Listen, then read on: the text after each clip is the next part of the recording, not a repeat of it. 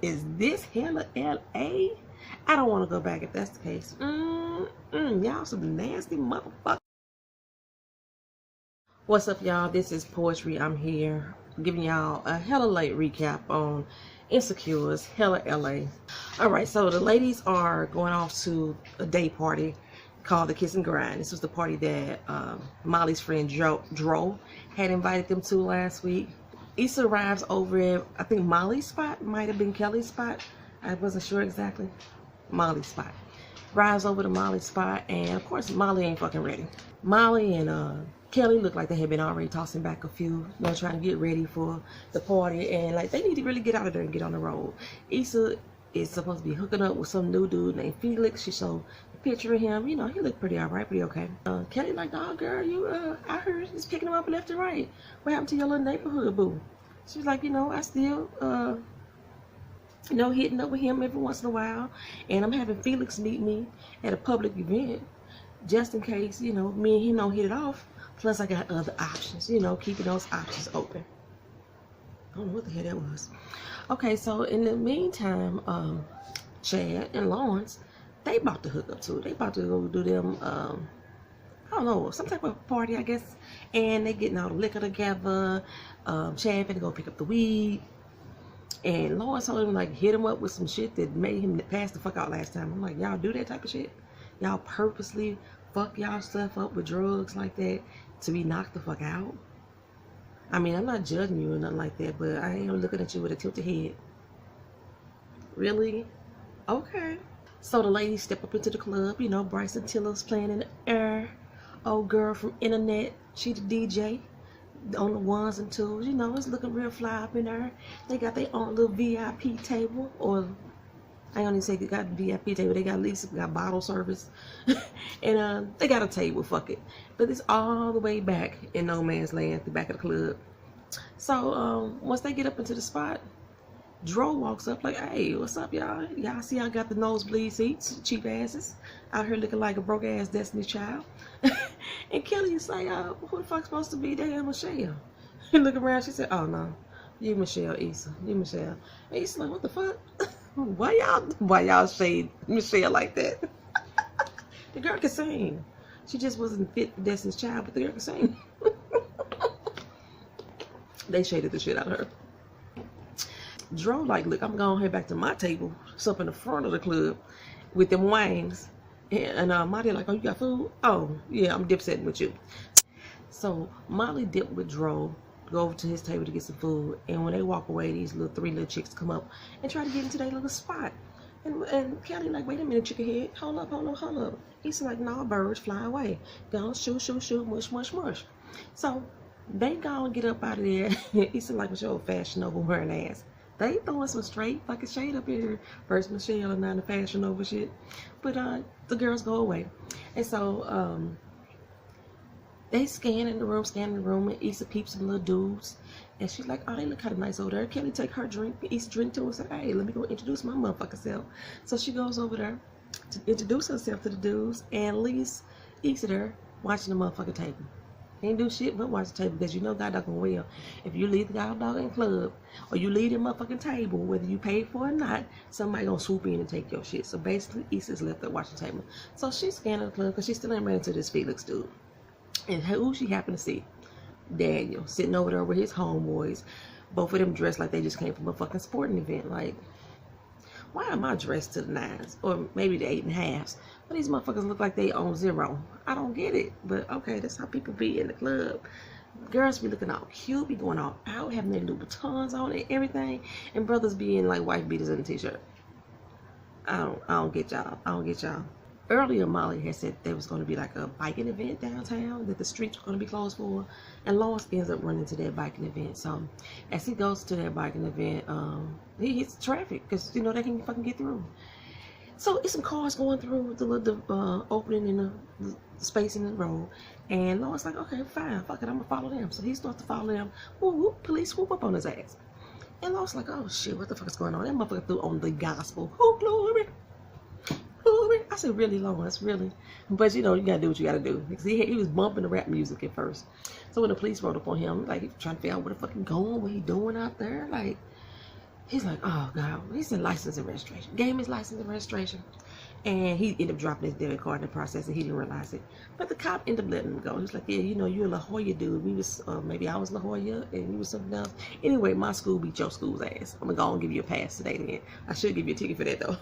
Lawrence goes home, keeps going on his merry little way to this little grocery store. So back in the club, Issa decides that she's gonna put her big girl drawers on and go over there and talk to Daddy, right? So she's sitting over there. Well, she didn't sit, and she's walking over there. She's like, hey, can I talk to you for a second? I'm like, yeah, okay, what's up? She's like, well, you know, I apologize for the last thing I did, the last thing I said.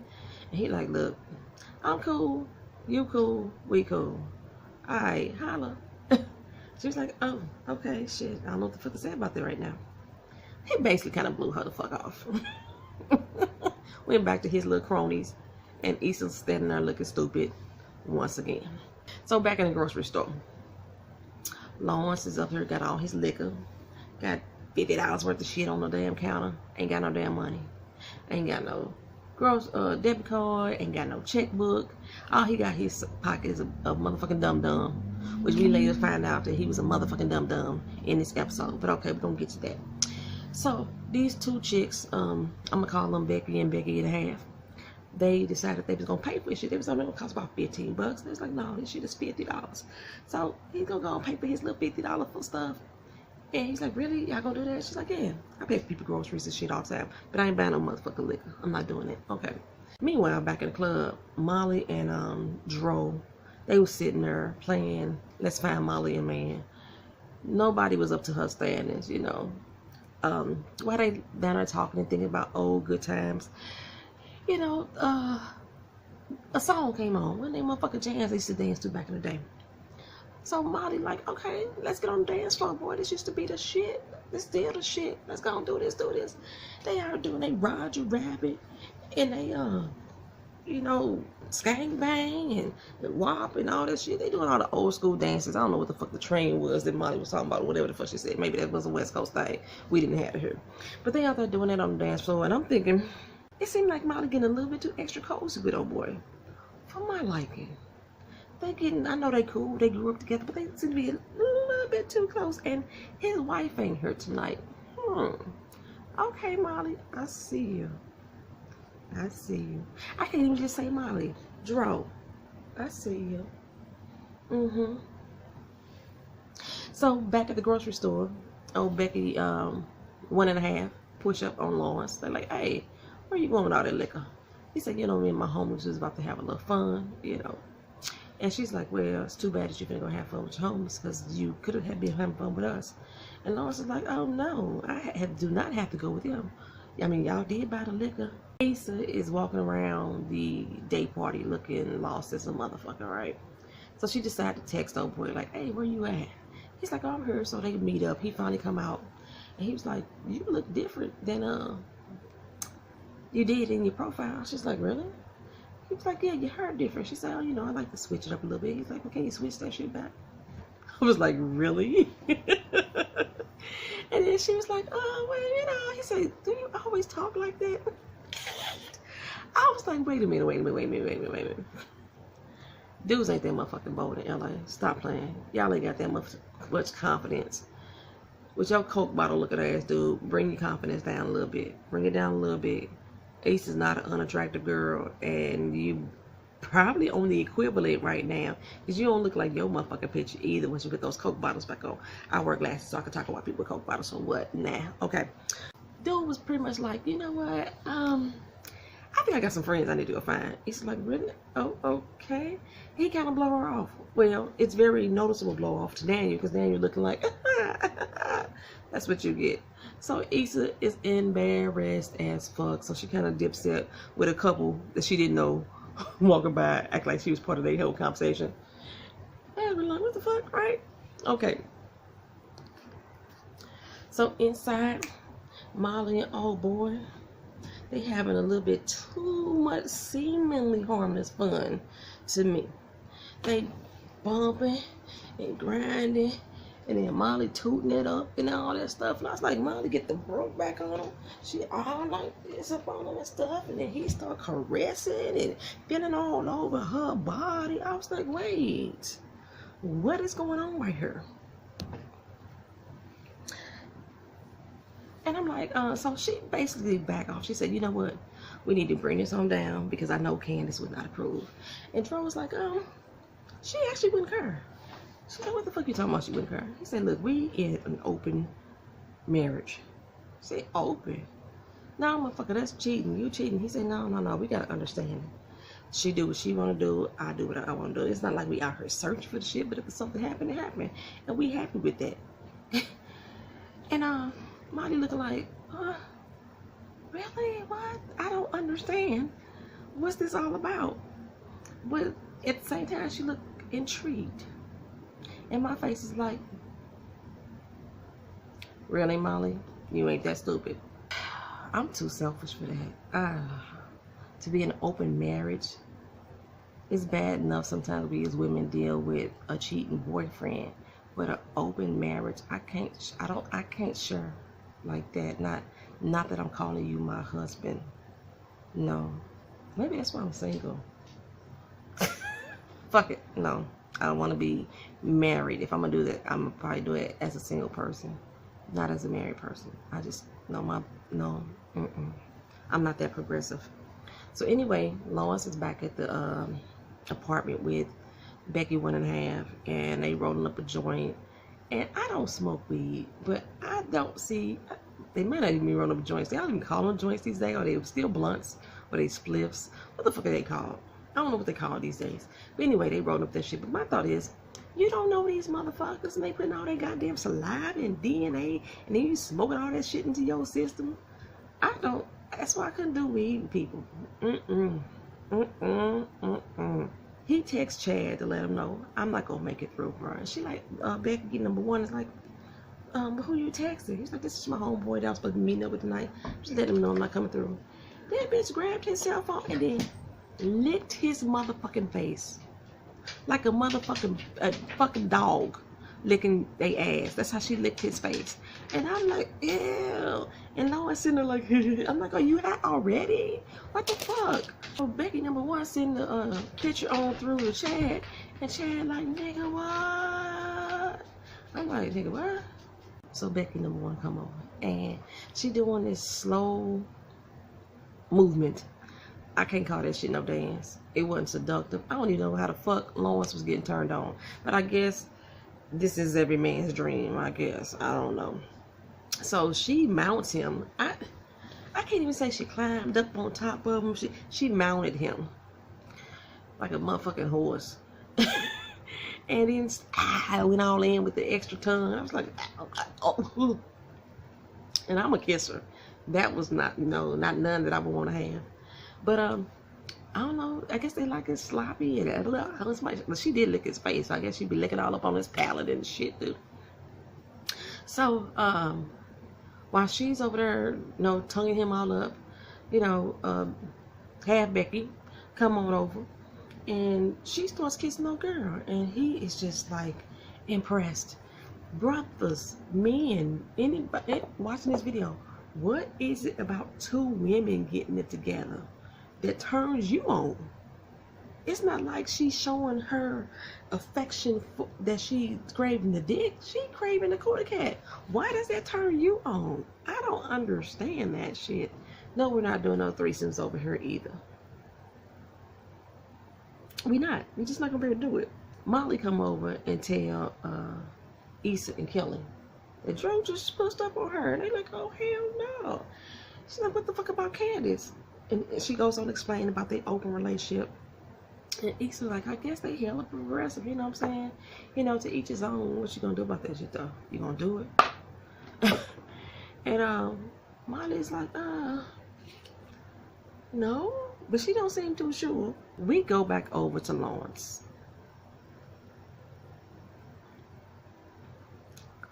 Where he has Becky number 1 riding him on his Peter Weeder. And Becky 1/2 sitting on his motherfucking face. You nasty motherfucker, you. You just met these bitches down at Vaughn's, Albertsons, Snooks, the Piggly Wiggly. You just met their motherfucking ass. And you up here got this bitch pussy all in your motherfucking throat. You nasty motherfucker. Then this bitch up here screaming about how good this big black dick is. And I'm thinking, is this also BBC type shit? What the fuck is going on? Like, really? I wasn't going to say nothing about the fact that he was with a white girl and a half. I wasn't going to say nothing about that. Until this bitch come up here talking about Kunta, how good this motherfucking dick is. Are you fucking serious right now? And this is turning you the fuck on. Really? Really, Lawrence?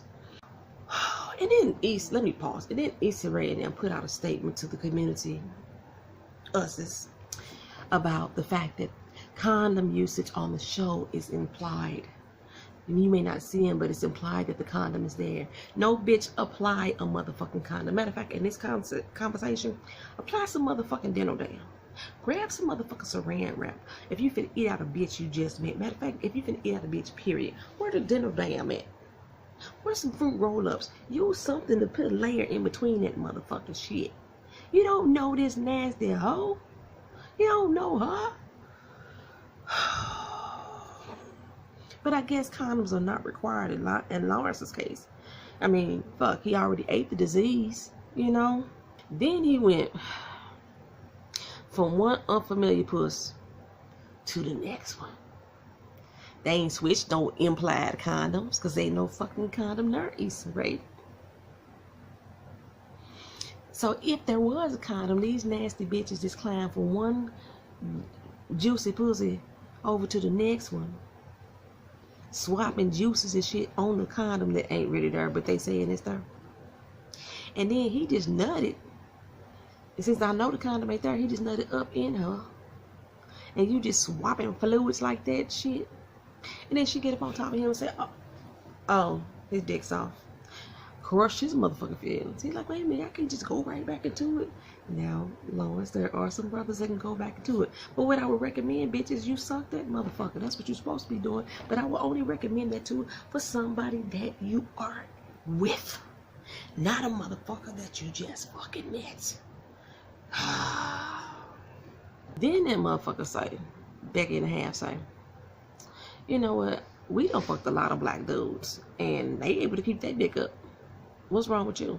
And he like, a lot of black dudes, they climb up off of them and like go snort them some coke, and then they start talking about, well, maybe we should call Gerard.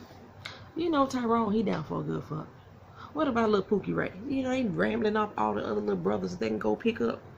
I say, these hoes out here, some trolls out here on the stroll for some big black dick. That's what they out here for. And they snorting up nose candy. And Lawrence is standing there like, oh, they call my dicks off. That's what your issue is. Not the fact that these motherfuckers just degrading you. But your dick can't get hard. That's what the problem is for you, Lawrence. Look, they call this episode Hella LA.